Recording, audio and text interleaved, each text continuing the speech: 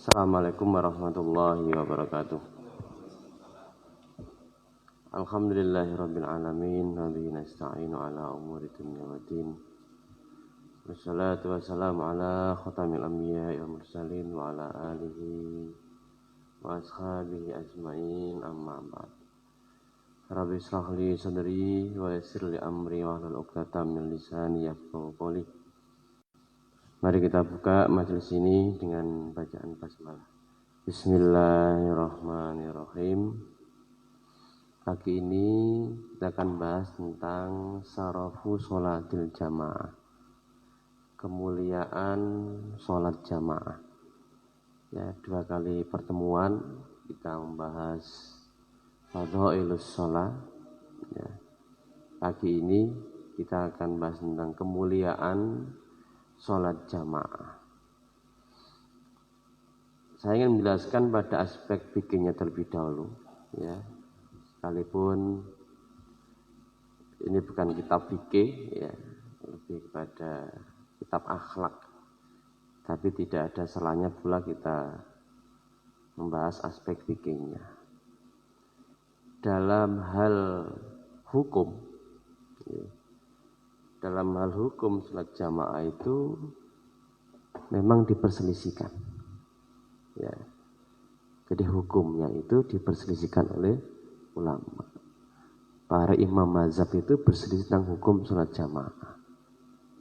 Nah, kalau kemudian sekarang ini ada PPKM itu sebenarnya tidak perlu kemudian harus kontok-kontokan ini jamaah ini. Loh, sholat jamaahnya itu diperselisihkan hukumnya. Ya. Ada yang mengatakan bahwa sholat jamaah itu sunnah muakkadah. Ya, sunnah muakkadah itu ya sunnah yang sangat dianjurkan, kira-kira gitu. Ya, wajib tidak, tetapi memang lebih dekat dengan wajib, yaitu sunnah muakkadah. Itu pendapat di antara kalangan Hanafiyah, Malikiyah, dan satu pendapat Syafi'iyah. Itu sunnah muakkadah. Ya. Dasarnya apa? Dasarnya bahwa sholatul jamaati afdalu min sholatil fadhi bisa'ina isrina bid'an. Jadi sholat jamaah itu ya afdal, lebih utama daripada sholat sendiri. Di mana dalam hal pahalanya itu ya Allah memberikan 27 kali lipat. Ya, sab'ina isrina darajatan. Ada yang mengatakan 15. Ya, ini nanti Imam Nawawi menjelaskan tentang hal itu, apa perbedaannya. Kemudian ada lagi yang menyebutkan bahwa sholat jamaah itu fardhu kifayah. Fardhu kifayah itu sebagaimana sholat jenazah. Ya. Jadi nek wis ana sing melakukan, maka satu kampung itu sudah gugur. Ya. Ini juga ada dari diantara. Jadi 4 mazhab itu ada yang memang berpendapat sunnah muakkadah, tapi ada sebagian yang kemudian ya termasuk Syafi'iyah itu ada yang mengatakan fardhu kifayah. Ya. Kemudian di kalangan Hanafiyah, kalau tadi Hanafiyah juga ada mengatakan sunnah muakkadah. Di kalangan Hanafiyah misalnya At-Tahawi Al-Kharohi itu juga mengatakan bahwa sholat jamaah itu adalah fardhu kifayah. Dan sebagian Malikiyah juga ada yang mengatakan fardhu kifayah. Dasarnya apa?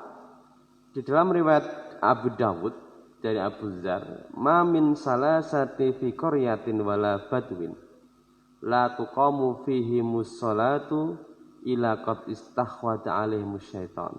Fa alaika bil jamaati fa inna ma ya'kulu dhi'bu al-qasiyah."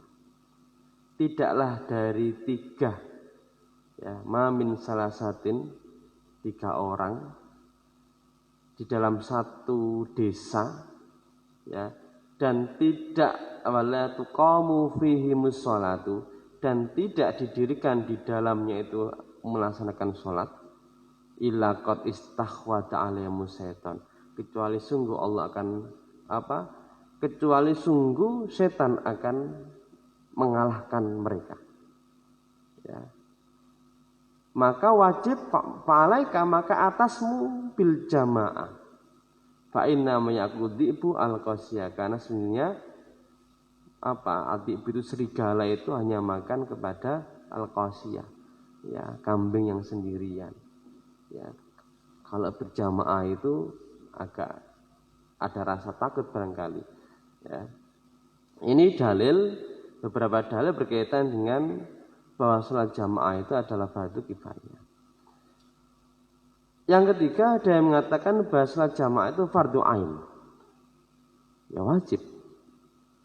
Ini ulama-ulama Hanabilah, Imam Ahmad bin Hanbal itu, dan sebagian atau salah satu dari kalangan Hanafiyah dan Syafi'iyah.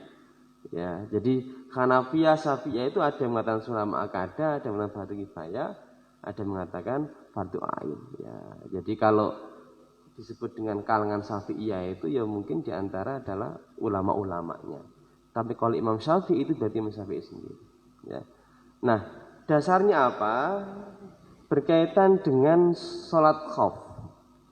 Sholat ketika dalam peperangan itu, ya, dikatakan faida kunta fihim, apabila kamu ada bersama mereka, fa'aqamta lahumus sholat, maka dirikanlah kepada mereka sholat. Faltakum ta'ifatum minhum ma'aka, dan hendaklah mendirikan segolongan dari mereka itu bersama engkau. Ini dalam hal sholat dalam kondisi perang. Ya, ada. Kalau itu sesuatu yang sunnah, mestinya tidak perlu kemudian di antara barisan tentara itu kemudian ada yang menjaga, nyatanya bergantian. Ya, jadi ketika yang lainnya sujud atau rukuk, maka tetap dalam kondisi berdiri, ya, menjaga. Begitu selanjutnya. Ya, andai kata itu satu yang sunnah saja, nggak mungkin melakukan hal itu, cukup aja nggak perlu melaksanakan sholat bersama-sama. Ini menunjukkan bahwa sholat jamaah itu hukumnya fardu ain. Ya. Jadi ada 3 hukum itu berkaitan dengan aspek sholat berjamaah ini. Ya.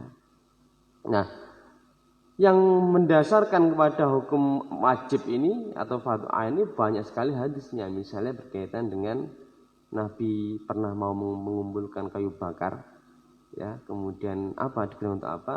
Untuk membakar, ya, rumah yang tidak melaksanakan sholat jamaah.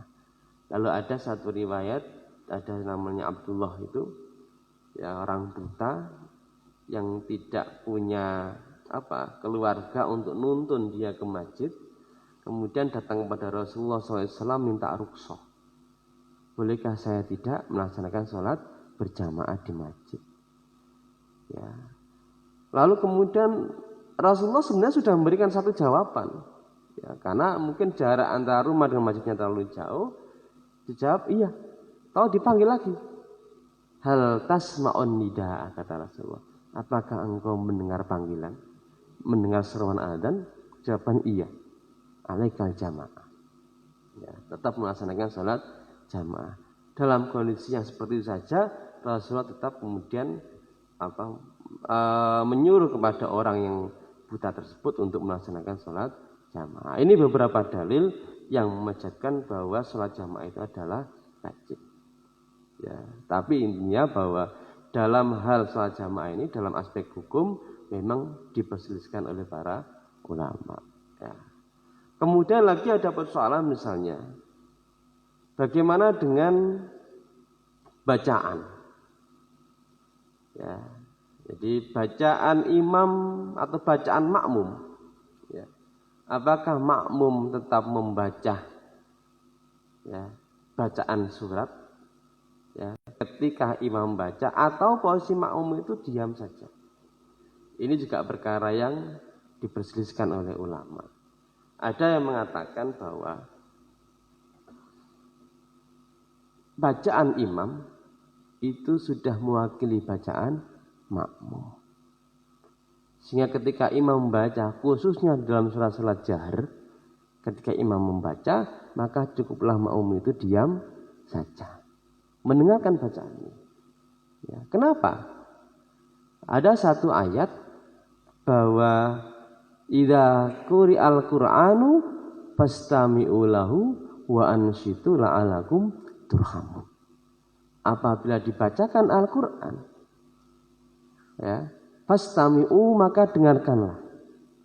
Wa ansitu dan diamlah la'allakum turhamun. Mudah-mudahan kamu mendapatkan rahmat. Didengarkan saja makmum itu. Ya. Yang kedua, ya, ini pendapatnya Imam Syafi'i itu bahwa karena bacaan atau membaca Fatihah itu satu yang wajib, menjadi rukun dalam sholat, tetap membaca. Tetapi membacanya setelah imam membaca Al-Fatihah. Jadi misalnya di dalam satu hadis la sholata liman lam yaqra' bi Fatihatil kitab, tidak sah salat itu yang tidak membaca Al-Fatihah. Ya, maka bagi imam harus ngasih jeda. Ketika imam selesai membaca Al-Fatihah harus ada jeda supaya makmum berkesempatan untuk membaca Al-Fatihah. Ya. Ini hal-hal yang memang diperselisihkan oleh ulama berkaitan dengan hal itu. Ya, kalau sholat sir, ya semuanya harus membaca sendiri-sendiri. Ini kaitan dengan sholat jahar. Kalau imam dan makmum sama-sama membaca surat. Jika imam itu salah, maka tidak ada yang membenarkan. Ya kalau misalnya salahnya itu bacaan-bacaan yang umum, yang misalnya baca surat Al-Kafirun muter, kira-kira gitu kan. Ya kan? Kalau kemudian makmum ikut membaca, ya nggak ada yang mengingatkan. Ya, diam saja mendengarkan bacaan imam. Ya, kalau kemudian kita mau membaca Al-Fatihah sebagai satu rukun, ya maka tadi solusinya imam memberikan waktu sejenak, kemudian makmum membaca Al-Fatihah. Ya, bahkan ulama Hanafiyah itu ya Al-Fatihah itu bukan bagian dari rukun. Ya. Bahwa setiap sholat itu membaca ayat Al-Quran, iya. Maka kalau membaca Al-Fatihah saja cukup. Kalau membaca dua Al-Fatihah juga cukup. Faqra'u ma tayassara minal Quran. Bacalah apa yang kamu anggap mudah dari Al-Quran. Cuma pendapat Hanafiyah ini tidak umum kan. Kita ini Syafi'iyah. Indonesia ini sebagian besar adalah Syafi'iyah, sehingga membaca Al-Fatihah itu menjadi bagian dari rukun di dalam ibadah sholat. Ya, la sholata liman lam yaqra' bi Fatihatil kitab. Ini kaitan dengan aspek hukum. Lalu kemudian lagi, ini khusus bagi imam, hendaknya imam itu ketika sholat berjamaah itu meringankan bacaannya. Karena di dalam sholat berjamaah itu bisa jadi ada orang-orang yang lemah.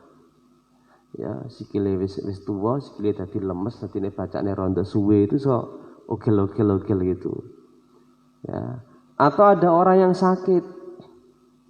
Ya. Jadi mungkin saja ada di antara keluarganya yang sakit, sehingga kemudian kalau harus menunggu lama, harus melaksanakan sholat lama, nah itu bisa, yang sakit di rumah misalnya, itu bisa terganggu misalnya. Ya.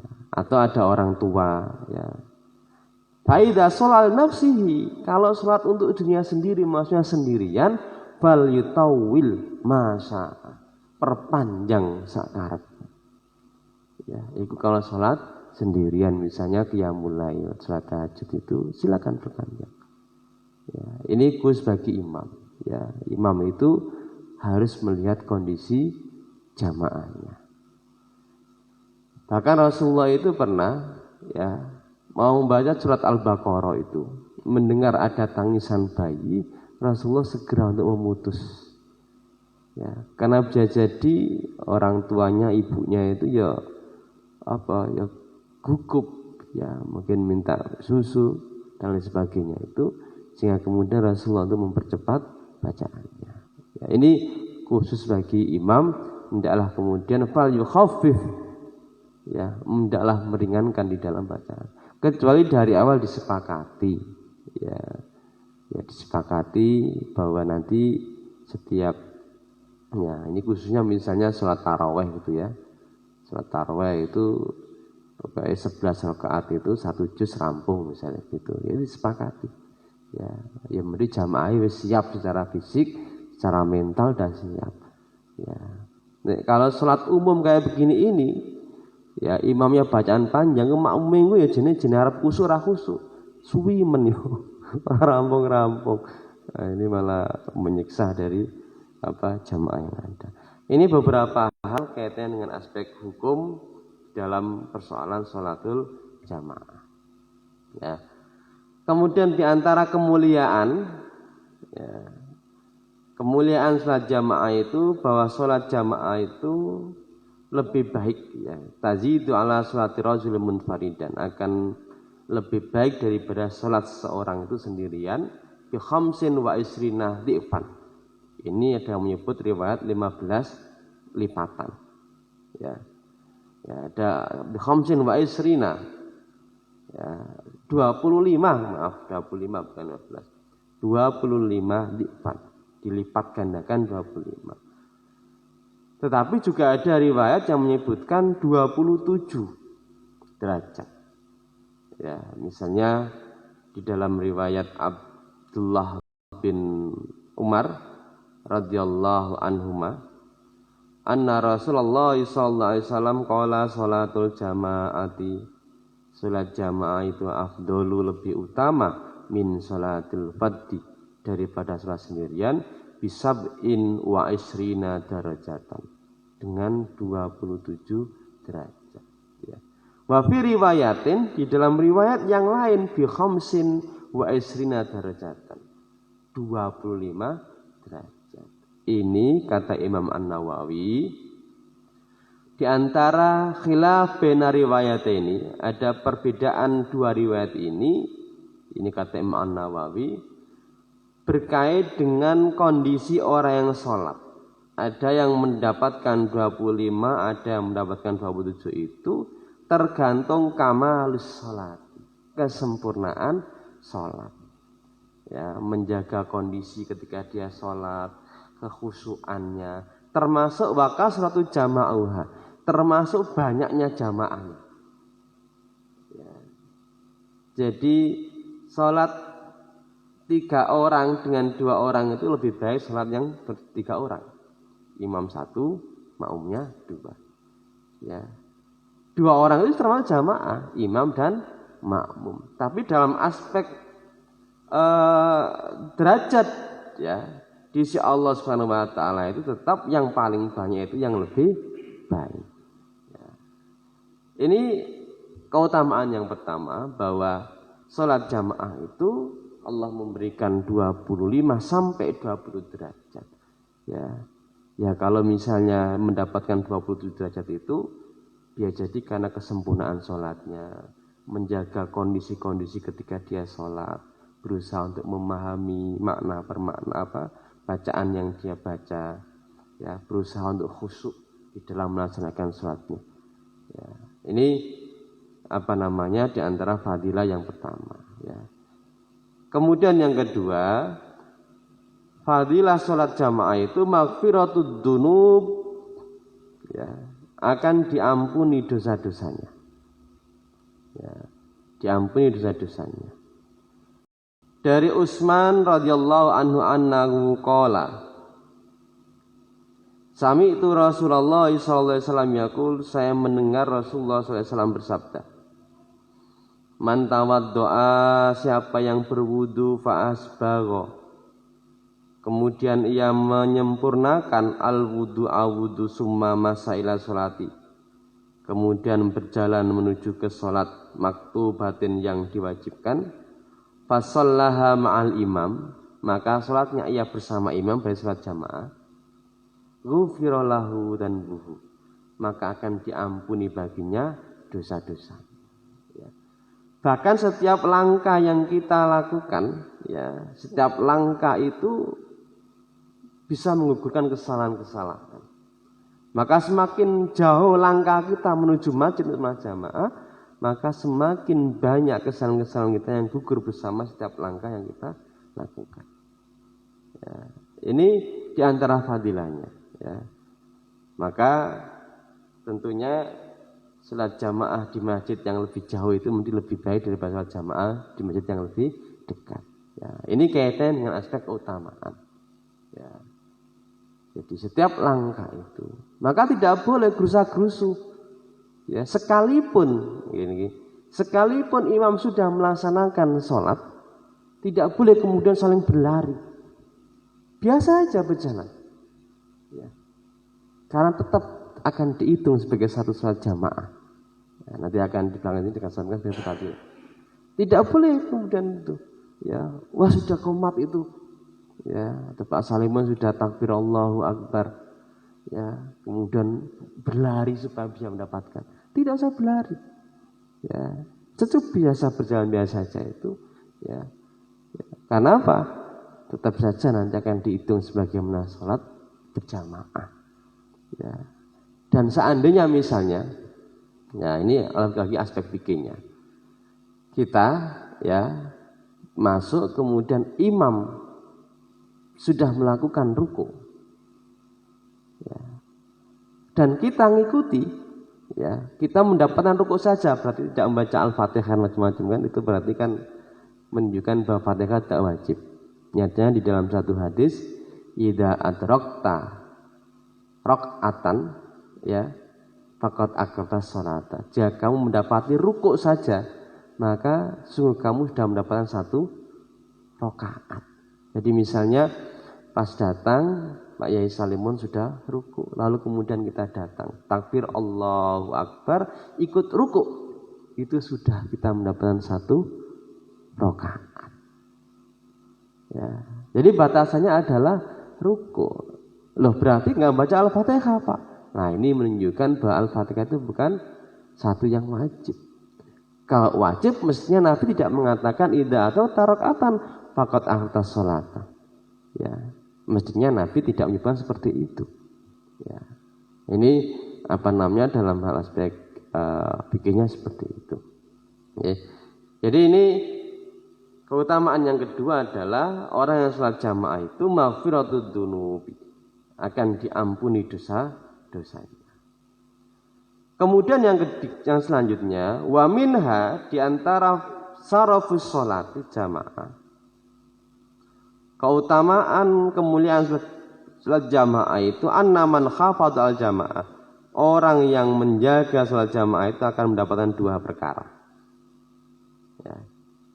Jadi orang yang melaksanakan salat jamaah itu akan mendapatkan dua perkara. Awalan al-itqu minan nari wan najatu minha.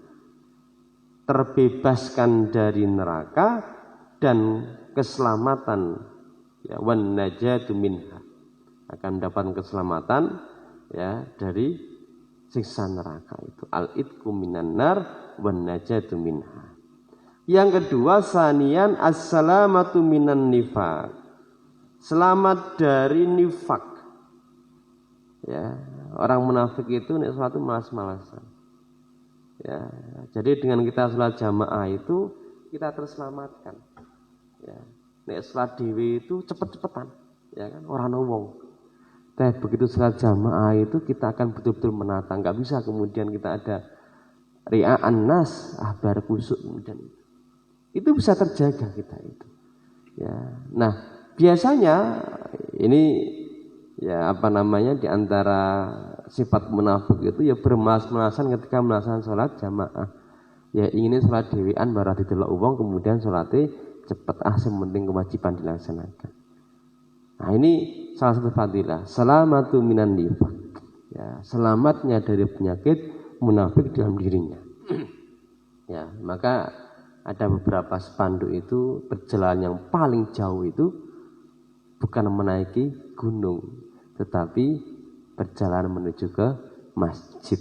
Yaitu di masjid mana? Arah Kembanjar itu yang dari sini kanan jalan tuh. Saya memperhatikan masjid ini selalu membuat baliho yang besar dan setiap tahun itu berganti dengan berbagai macam kata-kata mutiara lah. Ya, kalau saya lihat ini ya perjalanan yang paling jauh itu bukan mendaki, tapi berjalan menuju ke masjid karena gambarnya itu orang lagi mendaki membawa rangsel.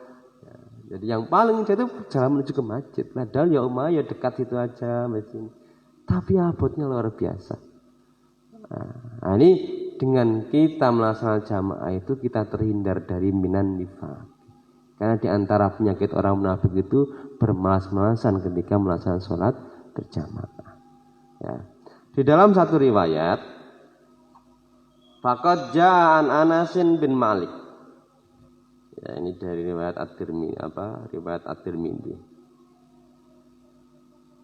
Qala Rasulullah sallallahu alaihi wasallam man shalla lillahi arba'ina yauman fi jama'atin.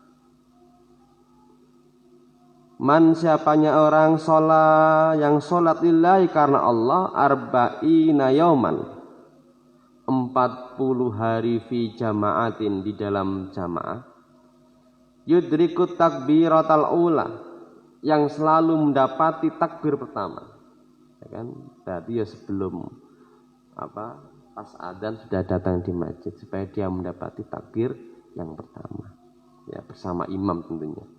Kutiba lahu bara'atani maka akan dicatat baginya bara'atani 2 pembebasan. Bara'atum minan nar terbebas dari neraka wa bara'atum minan nifaq dan terbebas dari penyakit nifaq atau munafik.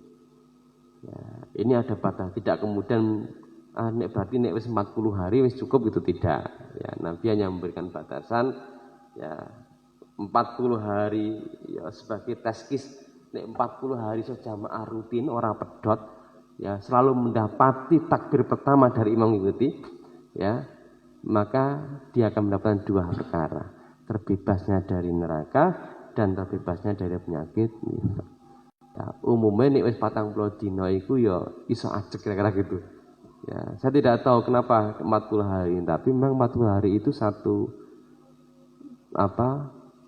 waktu yang banyak disebutkan dalam satu riwayat itu misalnya Nabi Musa itu 40 hari berada di Tur Sina ya kemudian Nabi Yunus ya yang berada di ikan itu juga 40 hari ya jadi Nabi berada di Gua Hira itu juga umur 40 jadi 40 itu satu angka yang dianggap mistis kira-kira gitu bagi orang-orang yang senang mistik itu ya angka 40 itu angka keramat.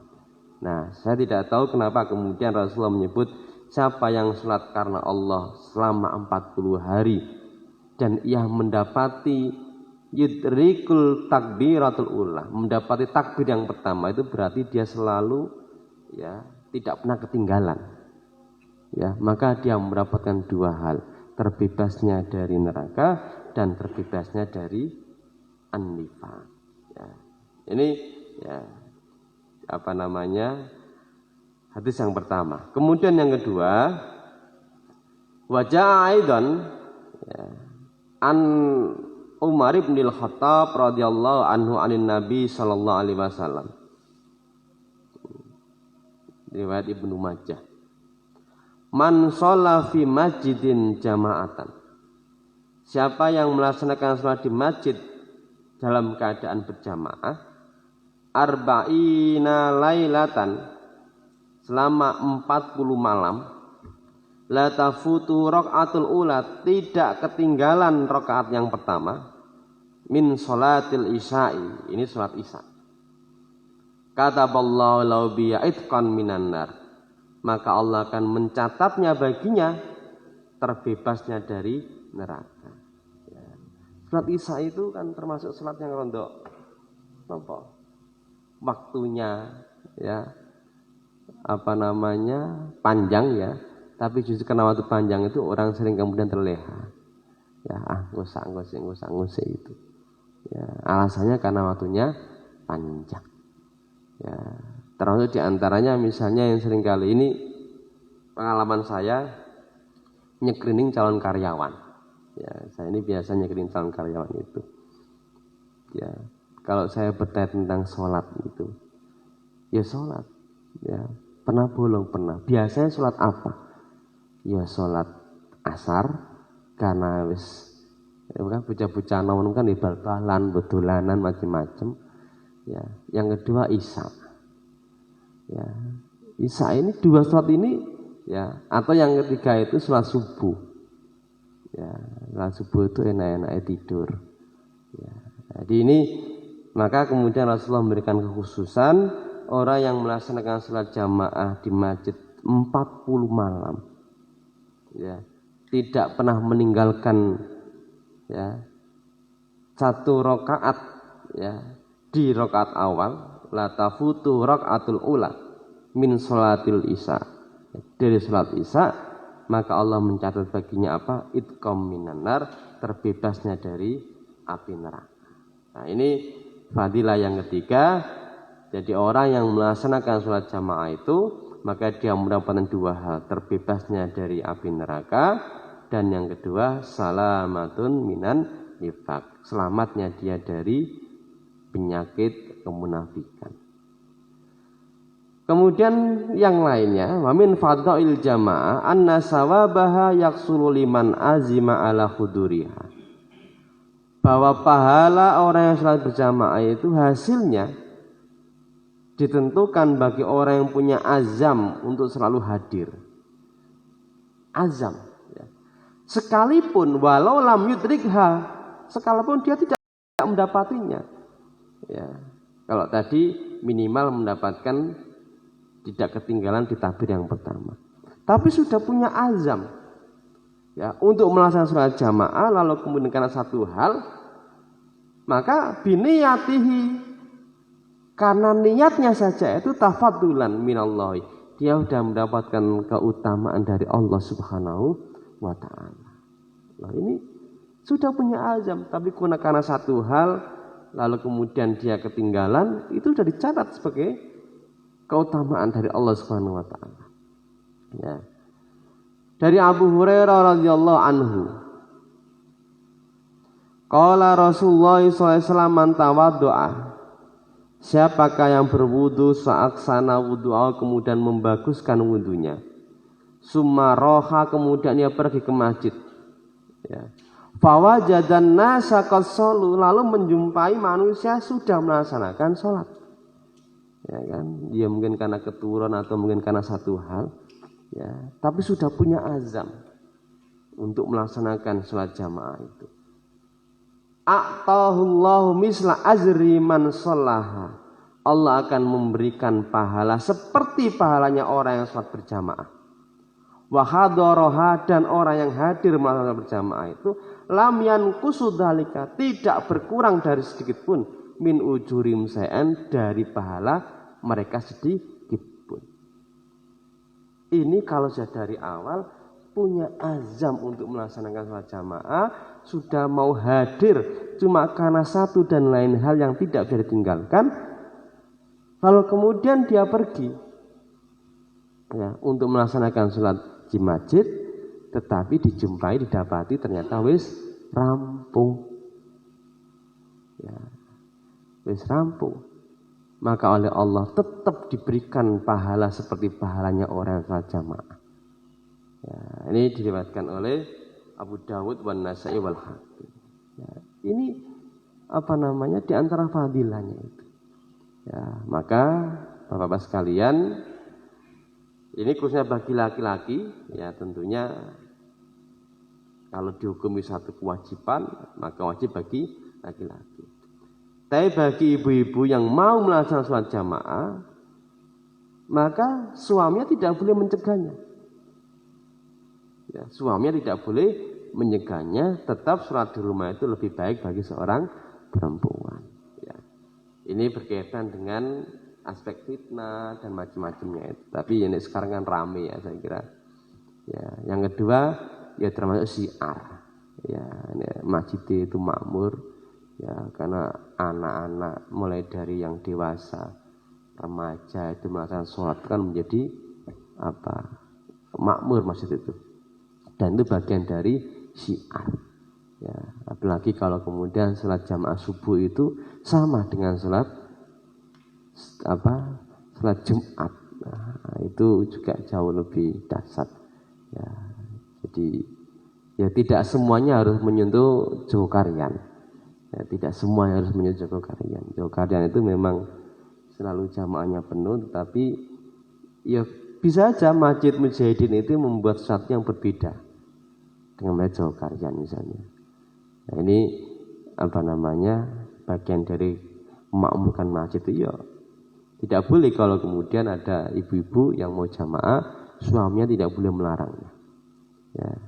Jadi, baik, Bapak sekalian rahmatullah, saya kira itu ya, berkaitan dengan kajian kita pada pagi hari ini.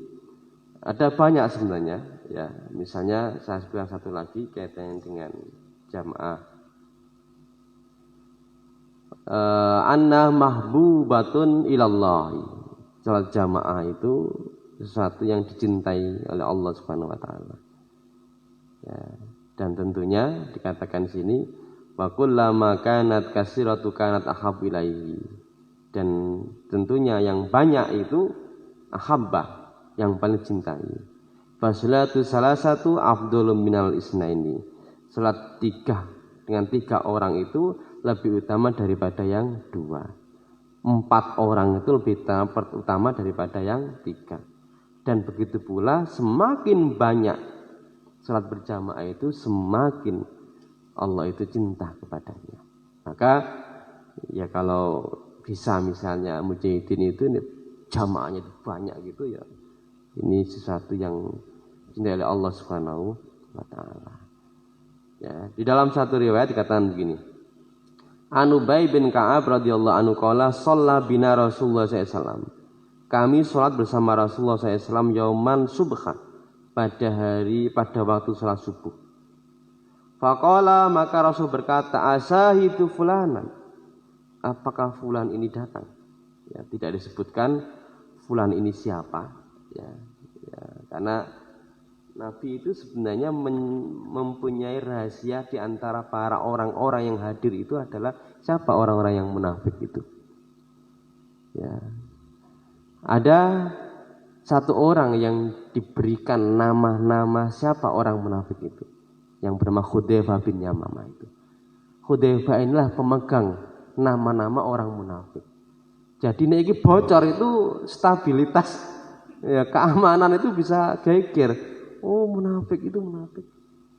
Disimpan itu dan Nabi tahu. Makanya dikatakan asahita fulanan, apakah datang si fulan ini? Enggak menyebut siapa. Tapi Nabi tahu. Dan yang tahu itu Hudzaifah. Ya, jadi sampai Umar bin Khattab itu saya termasuk enggak gitu. Untuk memastikan Umar bin Khattab itu. Ya. Dijawab oleh Hudzaifah, hanya engkau yang saya kasih tahu. Engkau tidak termasuk. Lalu untuk niteni ini piye? Cara niteninya, nek Nabi orang ikuti sholat jenazah. Oh, itu berarti munafik. Ya. Jadi cara niteni Umar itu begitu. Ya. Jadi asahidu fulanan. Ya. Apakah fulan ini datang? Kalau mereka menjawab lah. Inahata ini salata ini, sesungguhnya 2 salat ini, subuh dan isya. Asqalus salawati al munafikin. 1 salat yang paling berat bagi orang munafik. Subuh dan salat isya. Walau ta'lamuna ma fihima, seandainya kamu mengetahui keutamaan di dalam salat itu, subuh dan isya itu, la ataitumuhuma walau habwan, maka kamu akan mendatanginya sekalipun dengan merangkak. Ala rukabi, daripada menaik kendaraan. Ya. Jadi kalau mengetahui keutamaan 2 salat ini, subuh dan isya itu, ya, maka akan dilakukan datang itu dengan cara merangkak. Ya. Ini karena tidak diberikan, ada yang tahu itu. Wa inna shafal awala ala misli shafil malaikat. Shaf pertama itu seperti shafnya malaikat. Walau alimtum ma fadilatuhu, seandainya kamu mengetahui apa keutamaan salat di shaf pertama itu, la tadartumuhu, maka pasti kamu akan memperebutkannya. Nah, wong kadang iki ening guri. Jadi, ya, padahal shaf pertama itu shaf yang paling utama. Shafnya para malaikat itu.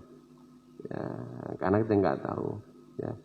Wa inna sholatar rajuli ma'a rajuli azka bin sholati waqta. Salat seseorang, ya, bersama orang lain, salat berjamaah itu lebih baik daripada salat sendirian. Wa sholatu ma'a rajulaini azka min sholati ma'a rajuli. Salat berjamaah 2 orang itu lebih baik daripada salat dengan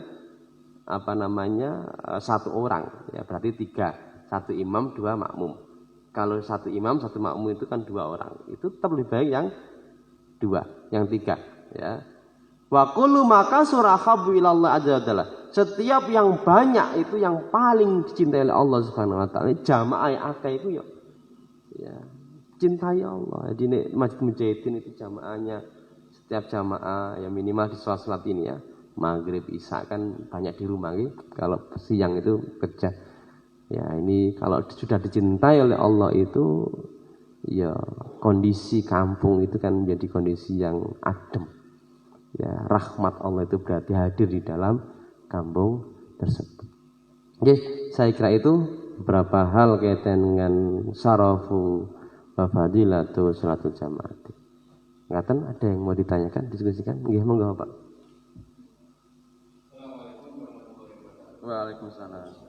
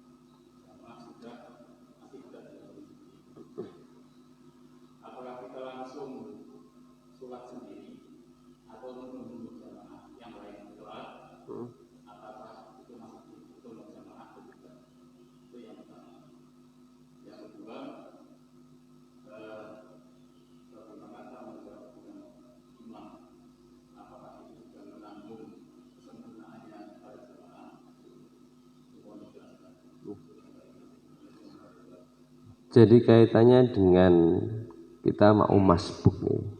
Kalau mengacu kepada hadis yang kita barusan baca ini, di antara pahala bagi orang yang punya azam untuk hadir di satu masjid untuk berjamaah, tapi kenyataannya jamaahnya sudah selesai. Maka biniyati, dengan niat saja itu tafaddulan minallahi. Allah sudah memberikan keutamaan baginya. Bahkan ya tadi saya sampaikan orang yang sudah wudu, ya, kemudian sudah membaguskan wudunya lalu kemudian dia pergi ke masjid, ternyata dijumpai sudah memberikan misla azrin seperti pahala man sholaha, orang yang melaksanakan sholat berjamaah itu, wa hadaraha, dan yang hadir layan kusudalika, tidak mengurangi yang demikian itu min ujurim sayan, orang-orang berkurang sama sekali. Nah, bagaimana kalau kemudian kita wis rampungan kabeh, apa kita menunggu? Ya, di dalam satu kisah itu begini. Ada seorang sahabat yang sudah selesai, ya. Rasulullah sudah selesai sholat jamaah. Tapi Nabi mengatakan, siapa yang mau melaksanakan sholat bersama dia? Ya, melaksanakan sholat bersama yang terlambat itu. Berarti kalau ada yang mengikuti, maka dia melaksanakan sholat sunnah. Selesai itu untuk menjadi makmum jenengan. Lalu sholat apa itu? Sholat sunnah. Ya. Karena tidak boleh di dalam satu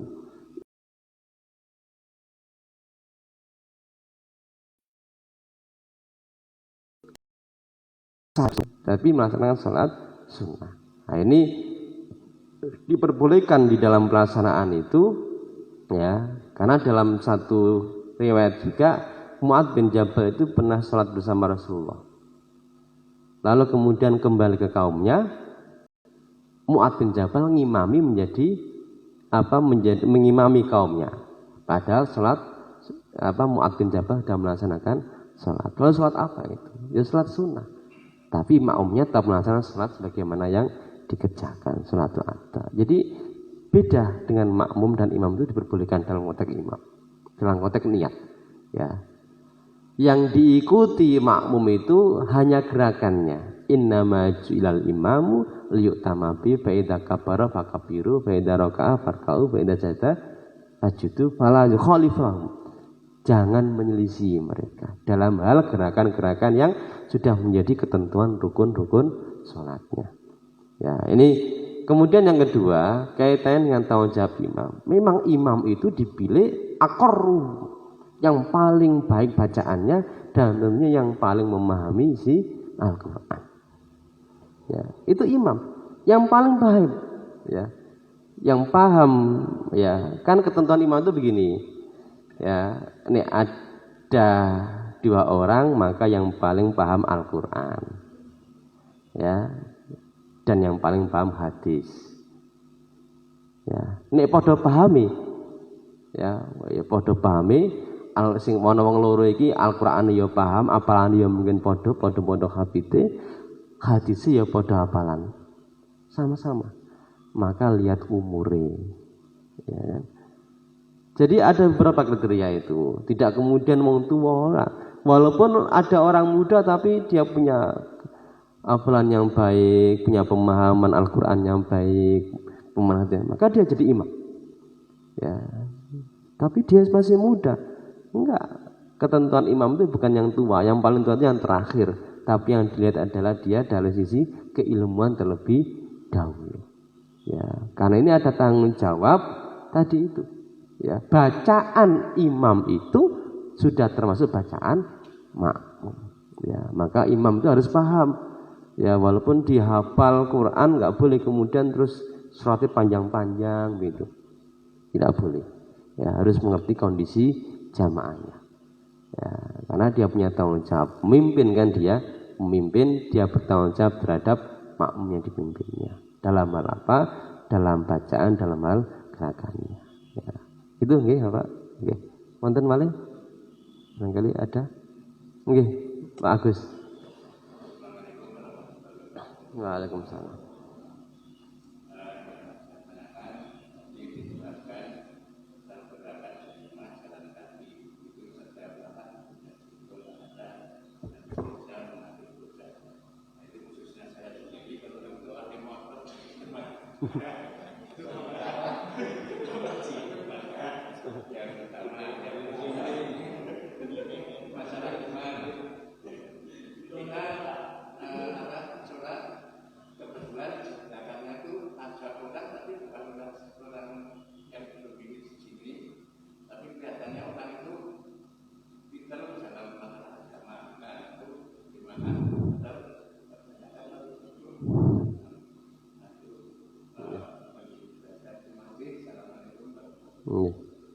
Jadi memang bahasa Nabi itu khotun itu dengan langkah, tidak dengan kendaraan yang dihitung nanti rujine apa putaran ini. Ya, tidak seleterlek seperti ini, Gung. Jadi kita memahami konteks hadis itu memang dalam konteks setiap langkah. Bahwa kemudian karena kondisi dan satu hal kemudian pakai sepeda motor, ya mudah-mudahan Allah mencatatnya hal yang sama. Itu saja. Tapi intinya bahwa orang berangkat ke masjid jamaah itu sudah dinilai oleh Allah Subhanahu wa taala. Poinnya di situ. Bahwa kemudian pahala seperti apa, wis ora perlu ngateke pahala seperti apa, tapi jelas ada keutamaannya. Ya, engko misalnya melakukan wis alon karena sakit misalnya nganggo krep misalnya gitu kan, itu berarti luwe akeh misalnya itu. Misalnya gitu. Kemudian yang kedua kaitan dengan imam. Ya ini memang ada orang-orang itu yang jadi di beberapa kasus itu ya sering jongkok-jorokan jadi imam. Ya, sing orang yang mukimnya sahibul baitnya itu sahabat itu mufarokoh karena bacaannya panjang, kira gitu. Ya, memisahkan diri dari jamaah karena bacaannya imam itu panjang. Dan itu dibenarkan oleh Rasulullah. Bahkan imam itu dimarahi, dianggap sebagai penyebar fitnah. Ya kan? Islam itu kok repot banget ya. Padahal saya itu mau kerja, ya nunggu sholat bacaannya panjang. Itu bisa menjadi fitnah. Ya termasuk COVID ini. Ya berita-berita misalnya. Kenapa kiai ustadz itu kok banyak kena COVID? Ya, karena mereka nggak mau protokol kesehatan. Itu menjadi fitnah bisa seperti itu. Ya, jadi fitnah. Ya, masjid jadi fitnah karena nggak menerapkan prokes misalnya gitu. Nah, ada zaman Nabi itu mufarokoh, jamaah memisahkan diri karena bacaan imam panjang. Ya, dan Nabi membenarkan itu. Dikatakan bahwa imam ini telah menyebarkan fitnah di dalam masjid. Nah ini boleh kamu farokoh karena bacaan imamnya itu terlalu cepat, ya kan? Jadi apa namanya itu ya terlalu cepat itu ya ora khusyuk juga kan? Ya mengenal khusyuk juga. Apakah boleh? Mestinya diperbolehkan kalau mengacu kepada peristiwa yang terjadi pada zaman Nabi itu. Ya, tetapi kalau kita ya apa namanya setiap sholat itu ya satu perkara yang paling baik. Sholat itu perkara yang paling baik. Wis pokoknya ikut sholat saja, gelem sujud saja itu satu perkara yang paling baik. Ya, bisa ngikuti saja imamnya. Misalnya gitu kan, kalau kita ngikuti imamnya saja, ya sudah, itu menjadi bagian dari tanggung jawab seorang imam. Ya, maka kalau kemudian kita mau mufarokoh ya satu pilihan ya, sebagaimana para sahabat tadi itu, ya seandainya ada Nabi lapor, ya Rasul, Musifah itu sholat cepat banget, ya bacanya tidak membuat kita menjadi tenang, tapi malah jadi sesuatu yang tidak mengenakan. Ya, biasa jadi itu dibenarkan juga dalam konteks itu. Ya ini kaitan mufarokoh dalam bacaan yang terlalu cepat. Ya. Yang kedua kaitan dengan makmum masbuk ya. Kadang ini kan dua orang yang satu ingin sholat sendirian, ya mbak cepat kan gitu ya. Jadi ini dimaklumi kan rontok suwi. Ya, lalu kemudian yang mempercepat dirinya. Ya, ini juga perkara yang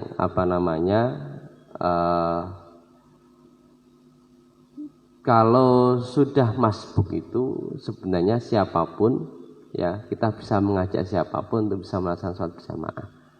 Ya, cuma kasusnya ini kan biasanya orang itu tidak mau dimaklumi karena ya tadi itu ya sholat sendiri itu cenderung ingin cepat-cepat.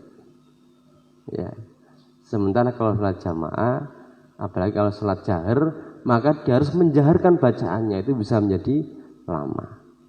Ya, bisa melaksanakan sholat bersama imam itu, ya walaupun dalam kondisi yang cepat, atau bisa melaksanakan sholat munfarid.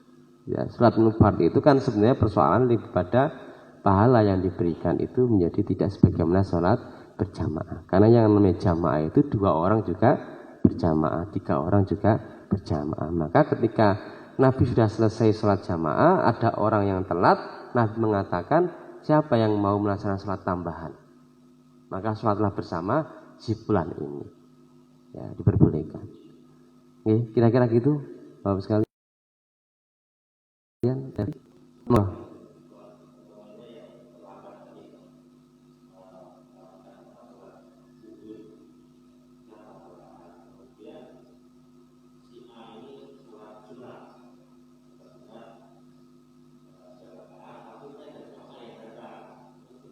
Ikut. Iya. Jadi bolehkah kita itu mengikuti atau bahkan mungkin kita tidak tahu bahwa si A itu sedang melaksanakan sholat sunnah.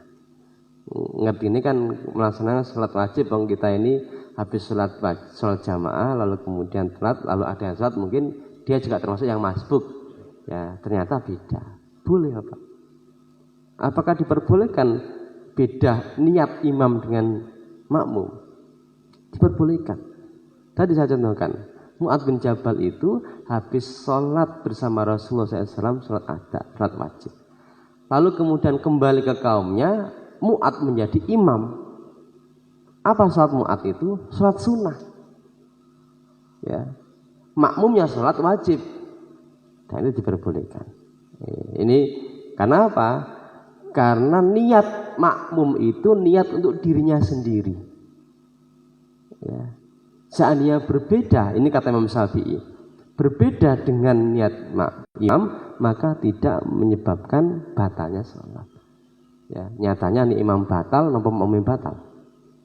Ibu tentu tidak. Dalam konteks niat pun juga sama. Yang diikuti oleh imam itu apa? Innama ju'ilal imam liyu'tama bi. Untuk jadikan imam itu untuk diikuti. Fa'idha kabbara fakabbiru, fa'idha raka'a farka'u, fa'idha sajada fasjudu. Hanya dalam gerakan saja. Oke, saya kira itu. Mudah-mudahan ada manfaatnya dan bisa menambah amal ibadah kita menjadi lebih baik, menambah kesungguhan kita untuk selalu melaksanakan sholat berjamaah. Kita tutup dengan doa kifaratul majlis. Bismillahirrahmanirrahim. Subhanakallahumma bihamdika asyhadu an la ilaha illa anta astaghfiruka wa atubu ilaik. Walhamdulillahirabbil alamin. Wassalamualaikum warahmatullahi wabarakatuh.